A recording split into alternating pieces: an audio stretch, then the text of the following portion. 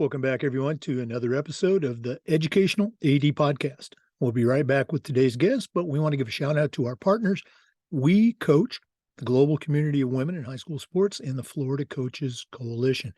Check out these three great organizations and become a part of them. And now, please stay with us. Don't fast forward. Let's take a quick listen to our podcast sponsors.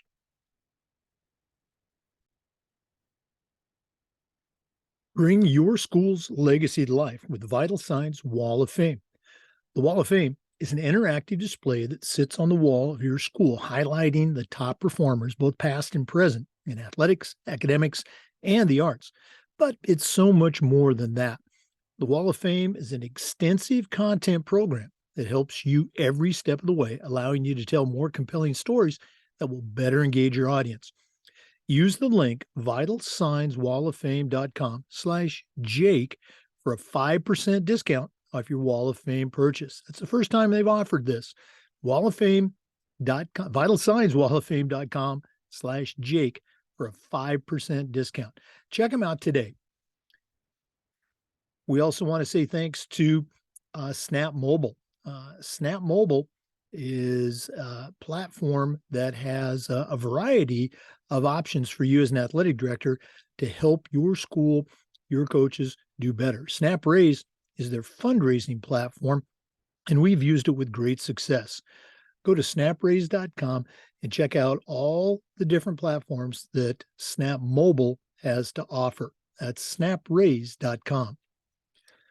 We also want to say thanks to Hometown Ticketing, the leading digital ticketing provider to schools and colleges. Hometown has recently acquired Ticket Spigot, and together they will help you set up and sell your tickets online, not just for athletic events, but for things like school plays, concerts, school dances, even graduation. And every step of the way, Hometown's going to provide you with a dedicated client success manager providing hands-on support. That's every step of the way. You can get started by going to hometownticketing.com. That's Hometown Ticketing, simple and easy online ticketing. We also want to say thank you to Gipper. Go to Gipper.com and see how athletic directors are creating world-class marketing content for their school social media channels.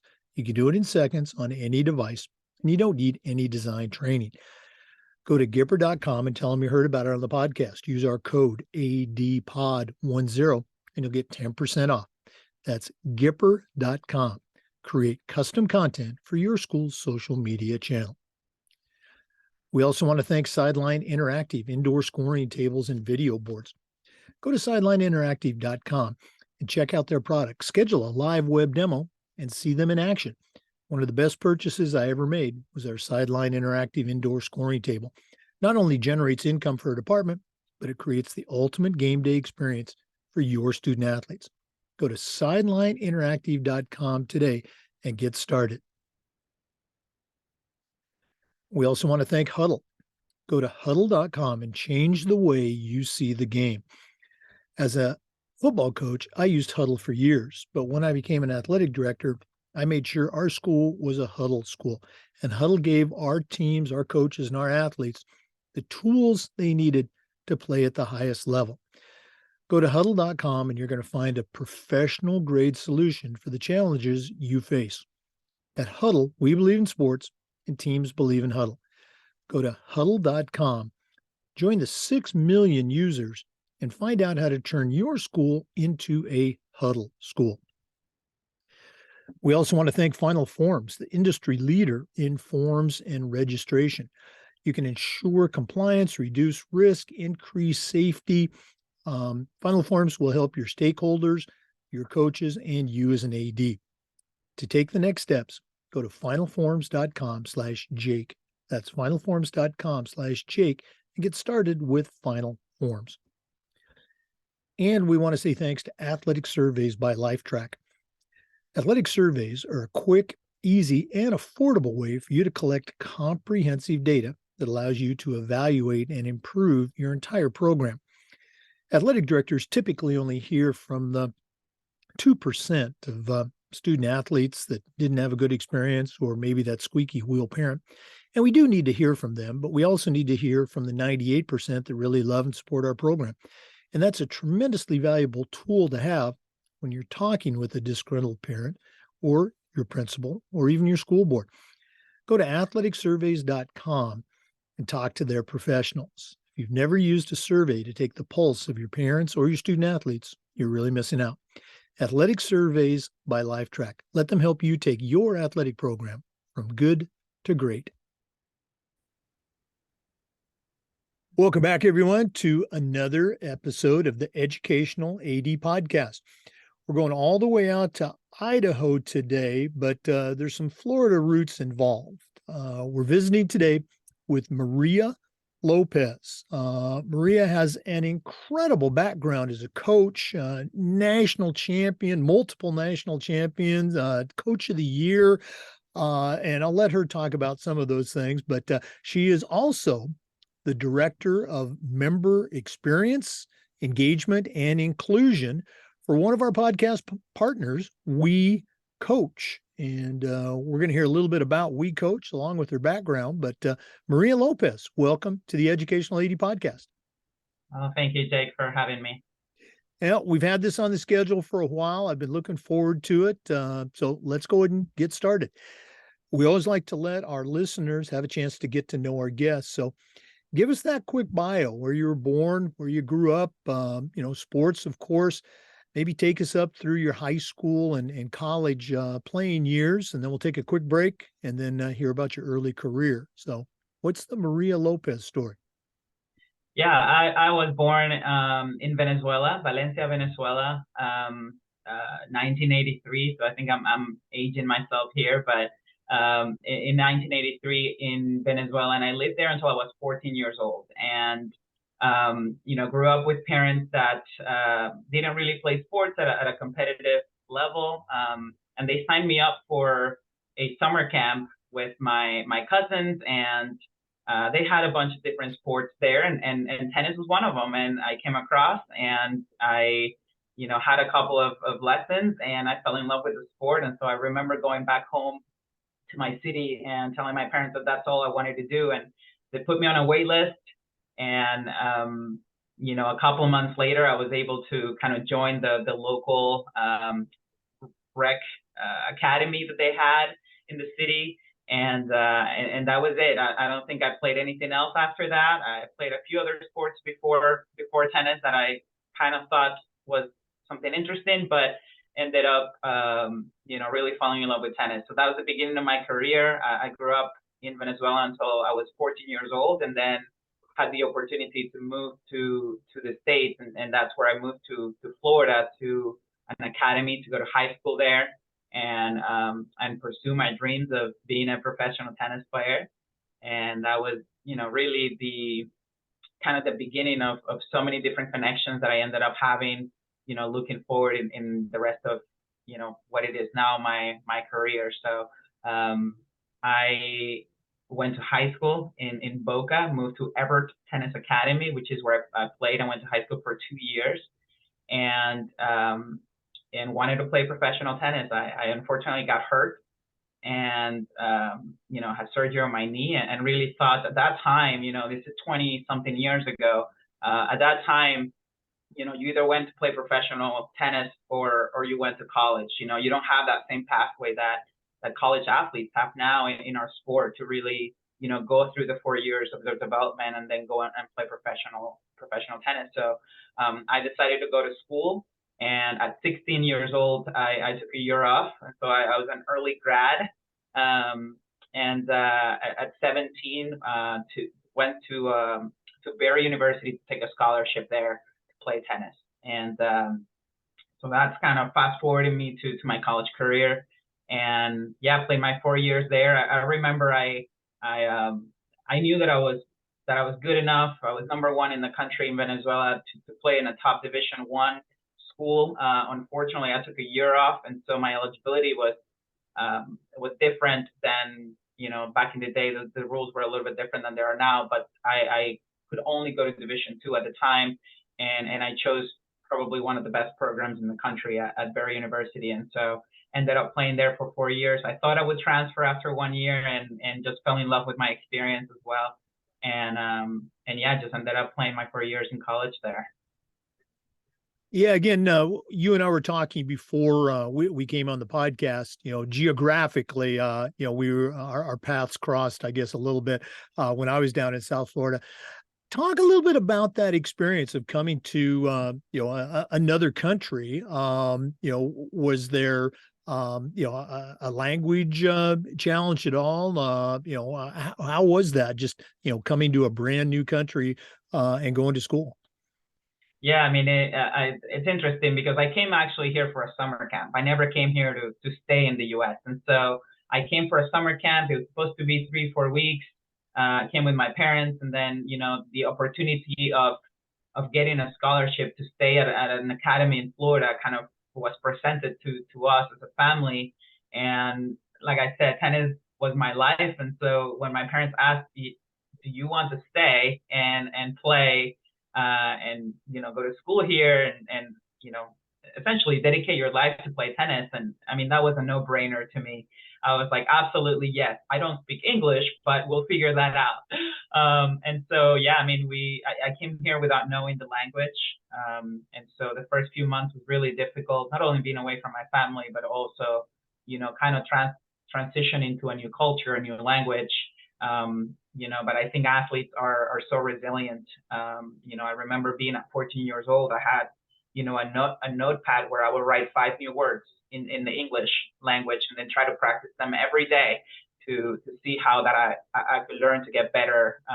And then I think 2 or 3 months passed by and I was able to kind of transition back to normal classes because I was put in those English as a second language classes for a few months until I was able to kind of maneuver the language good enough to go into the regular classes. So yeah, I mean, it was difficult, but like I said, I think it's made me who I am, and kind of and my work ethic, I think, was very defined in some of those moments, being away from my family, being away from my parents, not knowing the language, and just kind of following a dream. Yeah, no, I can't begin to imagine what that experience was, coming to a different country, having to learn a new language, but obviously, things worked out well for you. We're going to take a quick break, then we're going to come back and hear more about your story at Barry. For our listeners, our guest today is Maria Lopez. She is the Director of Member Experience, Engagement, and Inclusion for WeCOACH, one of our great partners here at the podcast, along with a lot of other things. But please stay with us. This is the Educational AD Podcast. We want to thank Wall of Fame by Vital Signs for their support of the podcast. Bring your school's legacy to life with Vital Signs Wall of Fame. The Wall of Fame is an interactive display that sits on the wall of your school, highlighting the top performers, both past and present, in athletics, academics, and the arts. But it's so much more than that. The Wall of Fame is an extensive content program that helps you every step of the way, allowing you to tell more compelling stories that will better engage your audience. Use the link vitalsignswalloffame.com/Jake for a 5% discount on your Wall of Fame purchase. That's vitalsignswalloffame.com/Jake for a 5% discount. Check them out today. We also want to say thank you to Snap Mobile. Snap Mobile is the parent company for an entire suite of platforms that are designed to help you as an athletic director do your job better. There's Snap Store for ordering custom gear. Snap Manage is a web management program. Snap Connect allows you to engage with all your parents. And Snap Raise is their fundraising platform that we've used with great success. And schools just like yours have raised over $700 million. They even have a program where you can get your funding before you actually start your fundraiser. Go to snapraise.com and check out their entire suite. That's snapraise.com. Welcome back, everyone, to the Educational AD Podcast. Our guest today is Maria Lopez, very successful college athlete, college coach, and now she is with WeCOACH, one of our great partners. Maria, you were talking about coming to the United States, ending up at Barry University, and becoming part of a very successful tennis program. Talk a little bit about your experience as a player and then how that helped you transition into becoming a very successful college coach. Yeah, I mean, a lot of, I think our success as a team at Barry was, really just geared towards the rest of my teammates. I really had the pleasure and the luck of working together with, the teammates that I was able to have during my 4 years in my career. And it really shaped who I am now. As a Division II athlete who went to school really young at 17, whose teammates were, back in the day where the rules were a little bit different, all my teammates were the 24, 25. I even had a teammate who was 30 years old, and so a lot of them with a professional background. They had all played professional and then ended up coming back playing college tennis. And so, I really had an opportunity to learn a lot from people that had been going through that professional career. And, I was very lucky to really push the program to a national contender. We ended up, I think 3 out of my 4 years, we ended up being top 3 in the country. We went to the NCAA tournament twice in the semifinals, and we lost to the champion there. And then my junior year, we lost in the finals. And so I always tell that story because that story was really the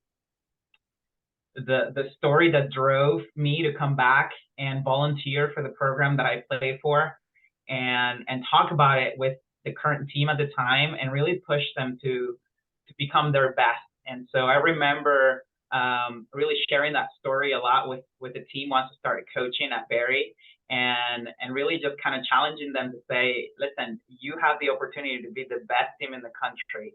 But so far, my team was the best team that this school has ever had. And so we always used to joke around with that. And it just kind of became a challenge for them. And they really loved just wanting to become their best. And that kind of drove that first national championship. But, back to my career, I think like I said, I was very lucky. I had a tremendous partner. I had a French player who was my teammate, Victoria Corms, who, we played together for 3 years. We're all Americans for 2 out of those 3 years. And I think we were as high as number 2 or 3 in the country as a tandem. And so we had really a lot of success. And a lot of that was just the relationship that I had with her. I mean, she's still one of my best friends and we still communicate. This is, over 20 something years ago. So, it really is super special when you choose a program that you really are bought in and you're surrounded by teammates and coaches that really believe in you.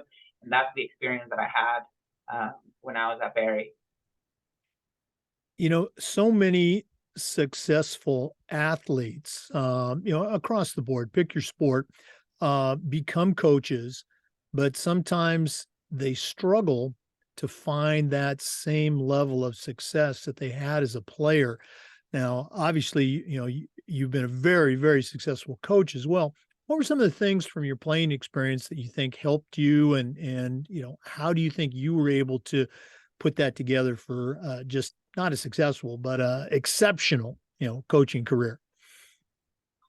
Yeah, I mean, it's interesting now with my role at WeCOACH too that it's interesting that growing up, I saw myself as a professional tennis player, but really never saw myself as a coach. And, now that I've educated myself enough to see that, unfortunately, I never had, when I look at my role models, all my role models were guys. I had male coaches that were tremendous in my upbringing, but I never really had the chance to have, female coaches kind of guide me through my career. And so, I grew up, finishing my playing career, and I knew that I did not want to coach. That's it's interesting that you mentioned my coaching career, but I really wasn't interested in it. I didn't know if I was good at it. Nobody had ever approached me to know if, to maybe inspire me, to be a coach. And so when I graduated, I actually went in the business world for about 8 or 9 months. And then decided to just come back. And that was something that I did for a short time and I was good at it. And, because I think all of the skills that we gain, from being student athletes, but I really started coaching because I was a little bit lost. I didn't know what I wanted to do, and I knew I needed to pay my rent, and I needed to, to get a paycheck, to make sure that I was able to, continue to stay here. And that turned into an aha moment for me, and saying, wow, I really love this. I love, obviously I've always loved the game, but I really love this aspect of the game, and being able to kind of reshape the things that I maybe was very good at, and some of the things I wasn't very good at as an athlete. And I think that when you ask, what skills I brought in, I think for me, I was always a student of the game. I loved to learn. I loved to work on my craft. But I was also a very talented player, right? And so I maybe didn't have the highest work ethic, right? And so those two things were always a challenge for me as an athlete. But as a coach, I learned that I could inspire other student athletes to challenge themselves if that maybe had the same skill set, and maybe they did have the eye for the game, and maybe did love the game, but there were other parts of it that maybe weren't so much fun to put time on. And so that was something that was really interesting to me, because I had to learn something that I never did as an athlete. And so I think that it was always a fun, I always look at it as a really fun part of my career, was shaping who I was. I came in wanting to be very strict and very structured, and then I learned that wasn't always the way that I needed to coach. And so learning to adapt. And again, unfortunately, a lot of that was because I never saw myself as a coach, and so I had to kind of learn as I was going. And I think that curiosity for me was one of the reasons why I was successful as a coach. It was, I was always looking for what's next, what's new in the game, what can I learn, who can I learn from, who can I attach myself to get some new skills. I've always been like that. I can watch tennis for hours. I can watch sports for hours, and I think that you need to do that. If you want to be good at your job, you have to go above and beyond of things that, are asked of you, if you want to, separate yourself and be the best. Yeah, I'm so glad you talked about that process of the fun part of coaching. Even though you didn't see yourself as a coach, I would always bring back I was a football coach in high school and college, and when our seniors would graduate, I would always let them come back for the spring practice. They had no more eligibility left to play, but they would get a chance to coach, and almost to the very last person, they would always say, I didn't realize how much fun this was. And so, again, you got to have fun in whatever you do.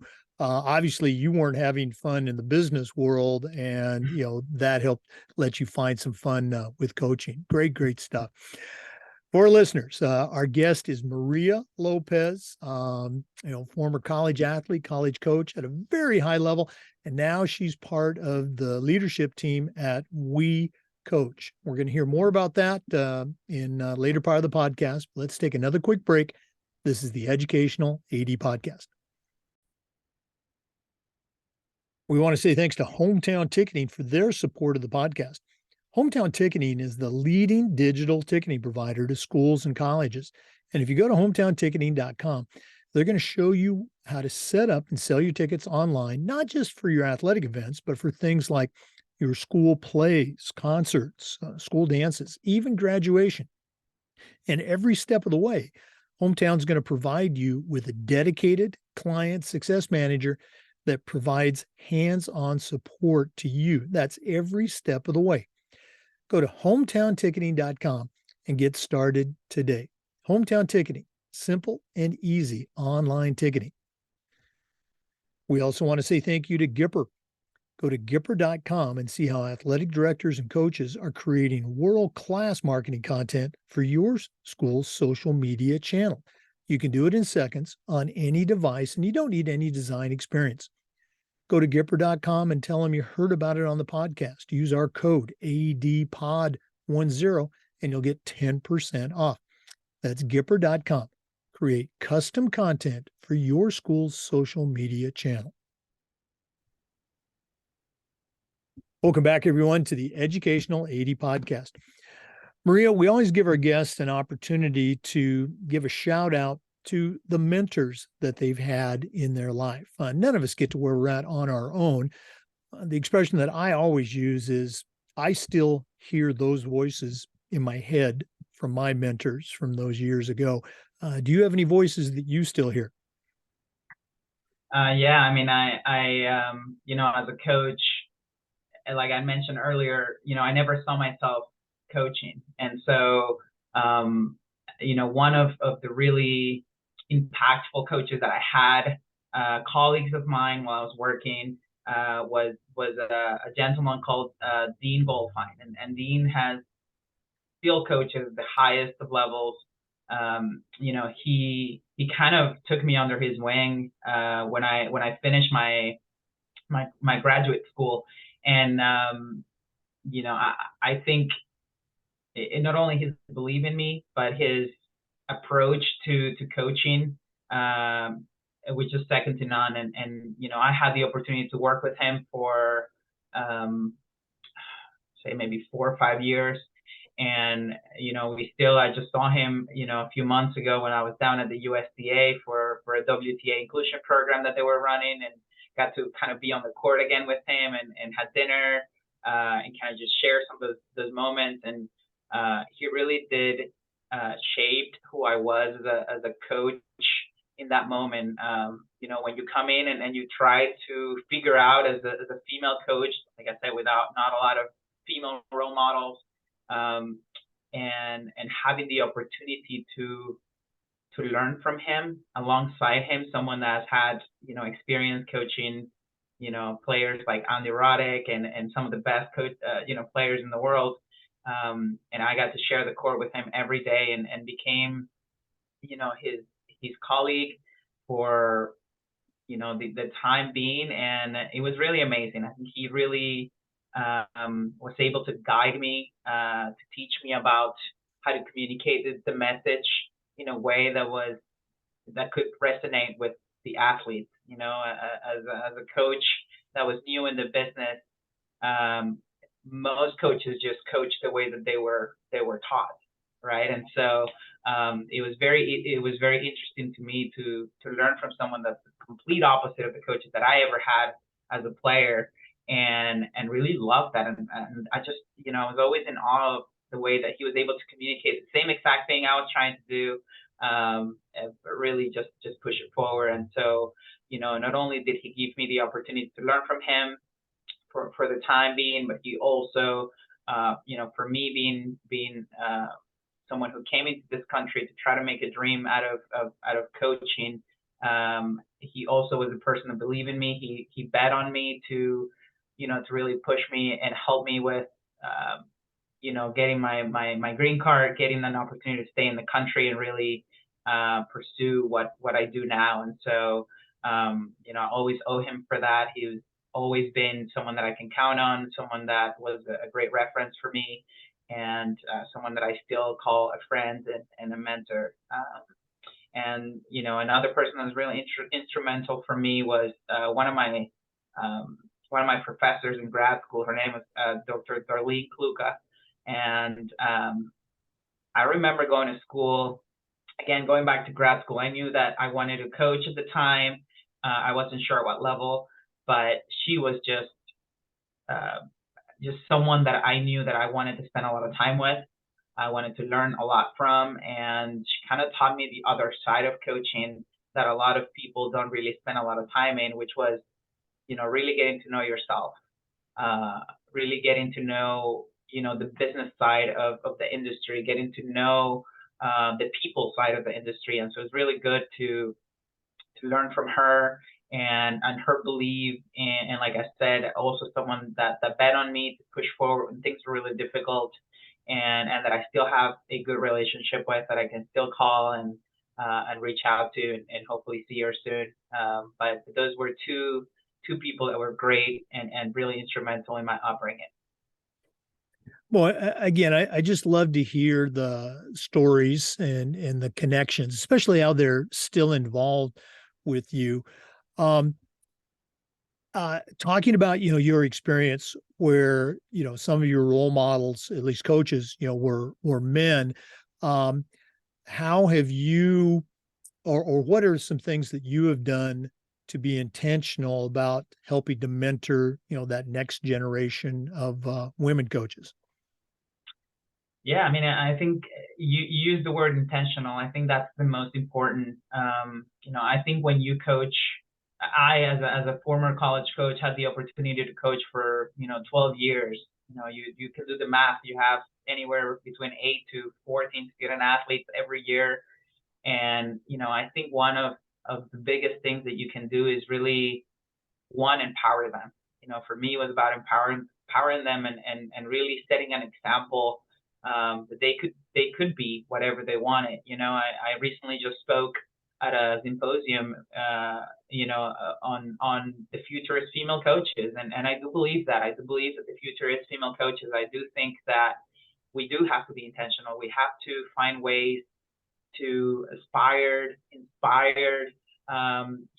the new coaches, the new generation, and supporting them. And I think that that is something that we do a really good job in our organization at WeCOACH to create that support system for the coaches, because the reality is that right now they might not be getting that from their department or their institution or their club or their program they're in, because they don't have that many females that they can surround themselves with to learn from, right? And so, the challenges are different. We love learning from, like I said, my biggest mentor was one of the male coaches I worked with, and I love learning from that. We have to learn from each other, but to inspire the next generation, I think we have to be intentional of letting those young women know that it can be possible. It shouldn't be an afterthought. It needs to be something that they grow up thinking, wow, I want to be like X, Y, or Z. And we see a lot of examples. I mean, yesterday I was just watching the South Carolina versus LSU game. I mean, you have two of the powerhouse women coaches in basketball setting an example, undefeated seasons. I mean, that just tells you that we're moving the needle, we're showing it. Some sports are farther ahead than others. I think our sport in tennis, we have a lot of growing up to do, because our numbers are very low at the top, of the professional level. We only have, I think, 2 or 3 women coaches in the top 150 players in the world. And so we don't have a high number of women to look up to.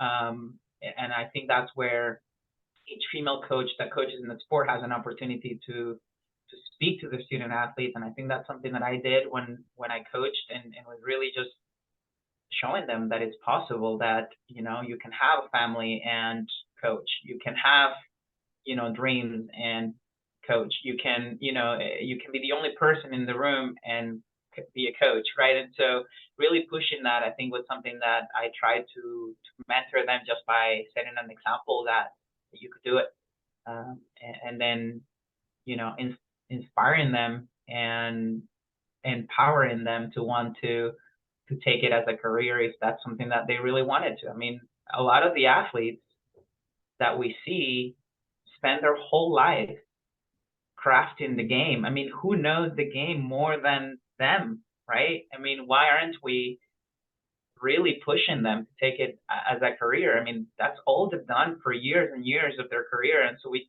do have to do a better job of, looking for ways as coaches, whoever's in the industry, to inspire those student athletes to want to get into the coaching career. Again, great message. And we're going to take another break, but when we come back, we're going to take that intentional dive and talk about some of the things that what WeCOACH is, and some of the things that they're doing, to help move that needle. Our guest today is Maria Lopez, longtime college tennis coach, very successful tennis coach, and currently she's the director of member experience, engagement, and inclusion for WeCOACH. And we're going to hear about that when we come back. This is the Educational AD Podcast. We want to say thanks to Sideline Interactive indoor score tables and video boards. You've heard me say before, one of the best purchases I ever made as an athletic director was our Sideline score table. It's just fantastic. We use it for home games, of course, but we also used it for pep rallies, for signing ceremonies. Their products are tremendously versatile, and the customer service is just outstanding. Go to sidelineinteractive.com and schedule a live web demo and see their tables and their boards in action. They not only generate income for your athletic department, but they also create the ultimate game day experience for your student athletes. That's sidelineinteractive.com. We also want to say thanks to Huddle. Go to huddle.com and change the way you see the game. As a football coach, I used Huddle for years, but when I became an athletic director, I made sure our school was a Huddle school. And our coaches just love the smart cameras, the mobile apps. Of course, they love the analytics, but they also love the tools that Huddle provided to help them and their athletes play at the highest level. Huddle's going to give you a professional grade solution. And at Huddle, you're going to find out that teams believe in Huddle. Join the 6 million users and find out how to turn your school into a Huddle school. That's huddle.com. Welcome back, everyone, to the Educational AD Podcast. Maria, we say at the start and at the end of every one of our episodes that one of our partners is WeCOACH, and it's a great organization that you should really be a part of. So tell our listeners a little bit about what WeCOACH is, why it is important, why they should get in touch, and maybe some of the things that you're doing in your position. Yeah, Jake. WeCOACH, we're a nonprofit organization. We're the only membership organization that's committed to recruiting, advancing, and retaining women coaches across all sports and all levels. This is from youth to the Olympic national level.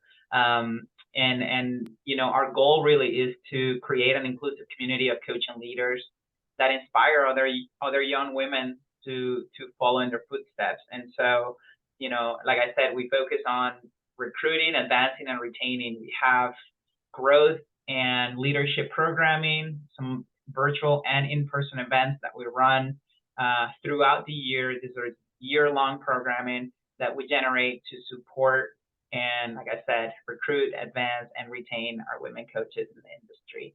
As far as my role, I am the Director of Member Experience, Engagement, and Inclusion. And, our main focus, especially the last few months since I've been on this role, is to really, move the numbers. For us, move the numbers means growing our community, growing the support these women have, addressing the challenges that are unique to the women coaches, and then giving them solutions for them to go back to their place of work and be able to continue to do what they do and love what they do. And, so a lot of the programming and some of the things that I do personally in my role is, how can we get to really touch outside of the people that we have now in our membership? How can we get to the people that maybe aren't able to afford being part of the WeCOACH community? How can we give the resources that are needed for some of the women coaches in the industry that maybe work at some of the smaller levels, at collegiate, some of the smaller high schools, really trying to expand the reach that we have. We've done, I think, a really good job of supporting the collegiate level, especially at the Division I level. And, this past year, we've really, as our goal is to move the numbers and really expand the support, we've created a development program for Division II and Division III, where we've joined, we've now at 42 conferences that are part of our organization.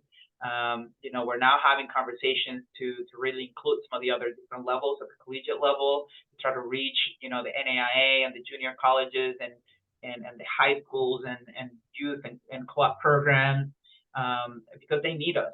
They really, and I say that personally because as a college coach, WeCOACH transformed the way that I I knew I needed to be supported. And, going through as a recent grad, I graduated from their academies, which is one of our premier events that we run, our NCAA Women Coaches Academy that we run every year.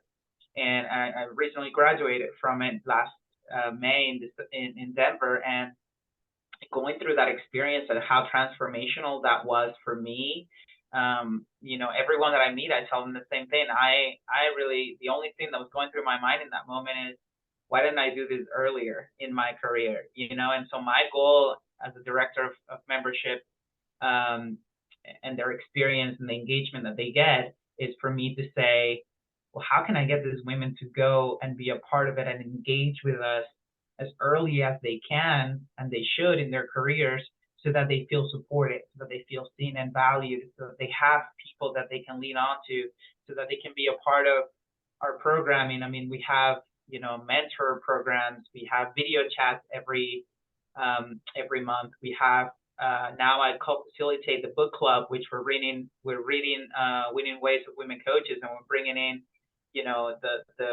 the writers of some of these chapters to really discuss and mentor some of the other women in the book club. We have our We Amplify, who I also co-facilitate, which is specifically for women coaches of color that have completely different challenges than just any other female coach. And so we're really, tackling every single one of the challenges that could potentially show up for a female coach, and then finding ways to support them. And we do that by bringing in experts in their fields.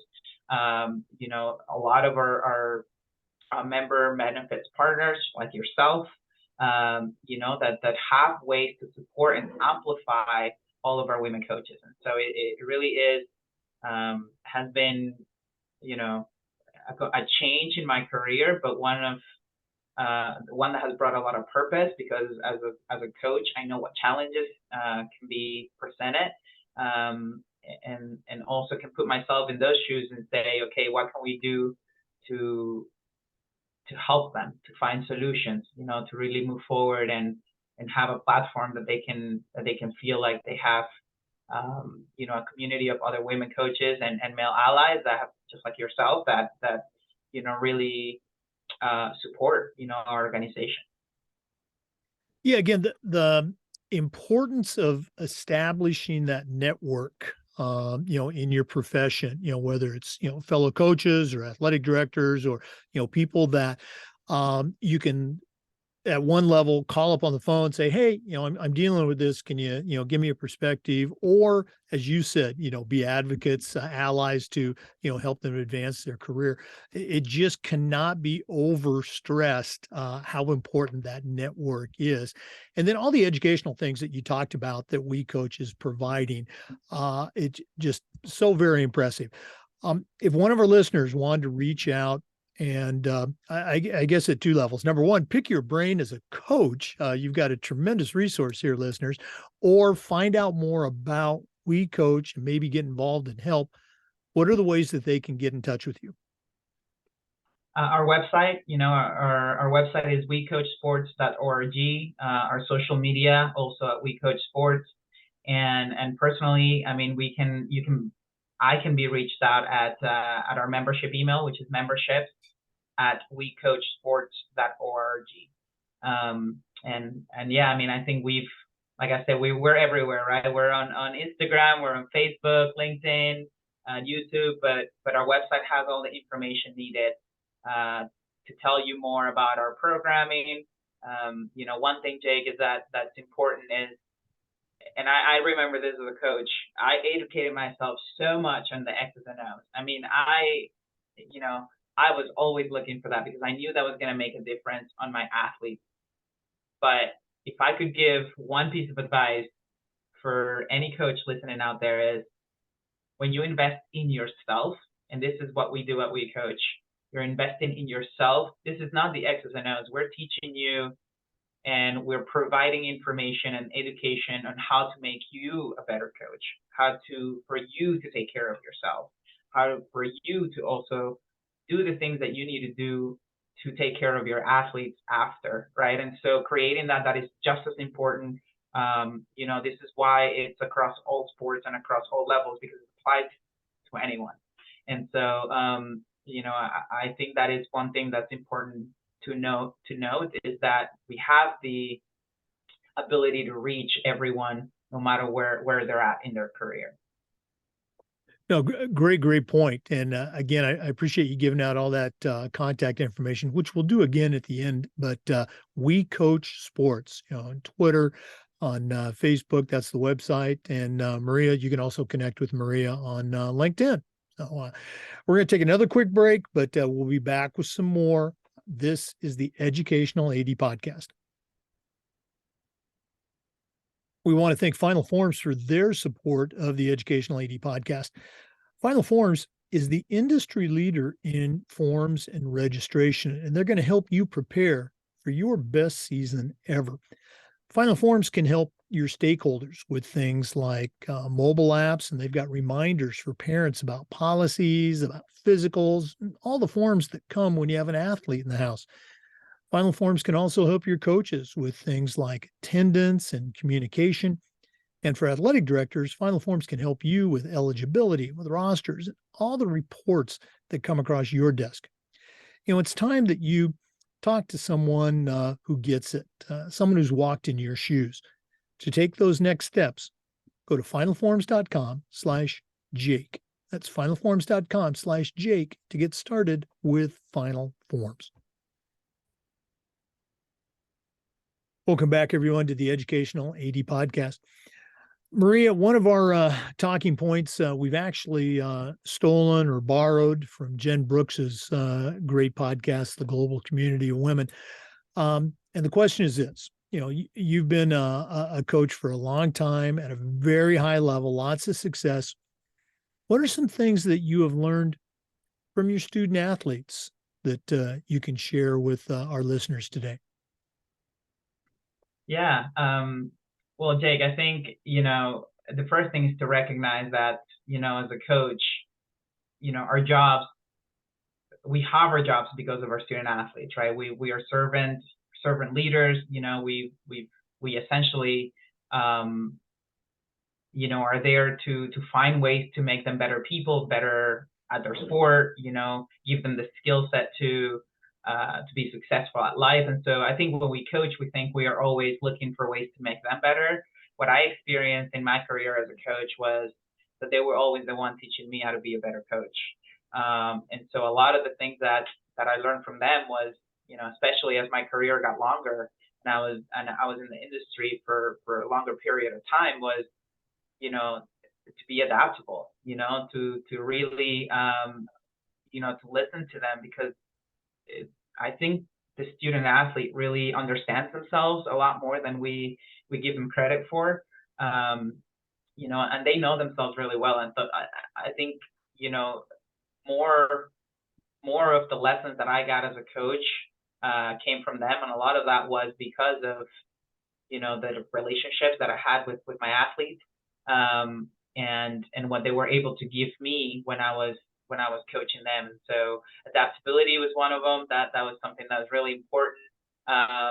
Resiliency. I think, we think we're teaching them resiliency, but when we see them, especially in college athletics, tennis is one of those sports where when you grow up, you essentially can pick and choose what you want to do, when you want to play it, who your coach is, what club you play for. It's not a structured sport like a team sport like basketball or soccer or any other sport. And so, when you go to college and the athletes now have to play a schedule that's set, years in advance sometimes, and they have to show up and they have to play. I mean, they have to lose a match and play again. They show so much resiliency, and something that they have to adapt from maybe 1 or 2 years before, something they've done for 8, 10 years before they show up to college, and now they got to do it completely different. And so, really powerful to see that. And the last piece, I think, for me with my female athletes, and I had this conversation with someone a couple days ago, was, one of my mission as a coach, and that I really took it to heart, was empowering them as women athletes, right? Like really empowering them, seeing them have their own voice, have their own thoughts, and just go after it and say what they think and say what they feel, and you know, once you see it live, you're like, whoa, okay, and where are we, you know, with this? And so learning to meet them where they're at, like, you know, I think we forget sometimes that they're 20-year-olds or 18-year-olds or 22-year-olds, and empower them. For me, looks very different at 40 years old than it looks for them at 18 years old. And we have to embrace that. We have to, you know, kind of let them go through that, uh, whatever that line of, you know, growth that they're going through. Uh, but for them to teach me that, right, and for them to show me that I have to be patient while I see them grow from, you know, X to from A to B or from wherever they're at, you know, was something that every day was a reminder when you see them growing. And yeah, I mean, I think that the biggest lessons I ever had as a coach, and all of the credit you say, you know, successful in my career and all that. I mean, I can tell you that, you know, I would have never been coach of the year. I would never been, you know, national champion coach if it was not because of the relationships I had with my athletes and those teams that I had, and how much they taught me to change, to adapt, to look for ways to connect with them, to, you know, to coach them differently. You know, in tennis, you have 6 courts. You got to coach one kid one way and turn around and, you know, 2 steps on the next court, and you got to coach the other kid differently. And you know, that was something that's really powerful. So again, all of the success and all of the things that I got to experience as a coach is always because of what they were able to teach me. Now, I love how you led off the whole discussion about, you know, the kids are the reason, you know, that, you know, we have jobs as coaches, you know, they're why we're out there. So great lessons. Maria, this has been so cool spending some time with you. But we're not done yet. We always wrap up with the athletic director's toolbox. Now, you certainly know your way around the world of sports as an athlete, as a coach, as a leader for a national organization. But in just a minute, I'm going to challenge you to send out a brand new athletic director on their very first job. But I'm only going to let you put 3 things in their toolbox. So we're going to hear a quick word from Athletic Surveys, who sponsor the toolbox segment. And when we come back, we're going to find out what Maria Lopez is going to put into her new athletic director toolbox. Please stay with us. We want to say thank you to Athletic Surveys by LifeTrack for sponsoring the AD Toolbox segment. Athletic surveys are a quick, easy, and affordable way for you to collect comprehensive data that allows you to evaluate and improve your entire program. Athletic directors and coaches typically only hear from that 2% that want to complain, that disgruntled student athlete or that squeaky wheel parent. And we need to hear from them so we can address issues with our programs, but we also need to hear from that 98% that really love and support our program. And Athletic Surveys allows you to do that. Go to athleticsurveys.com or shoot them an email at info@athleticsurveys.com to get started. If you've never used a survey to take the pulse of your student athletes or your parents, you're really missing out. Talk to the pros at Athletic Surveys by LifeTrack and let them help you take your athletic program from good to great.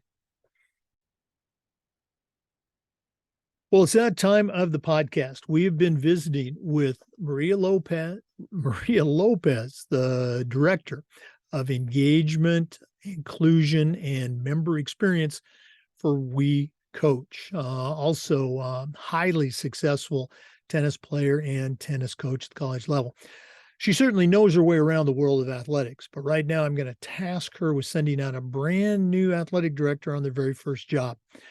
Maria, what 3 tools are going to go into your new athletic director toolbox?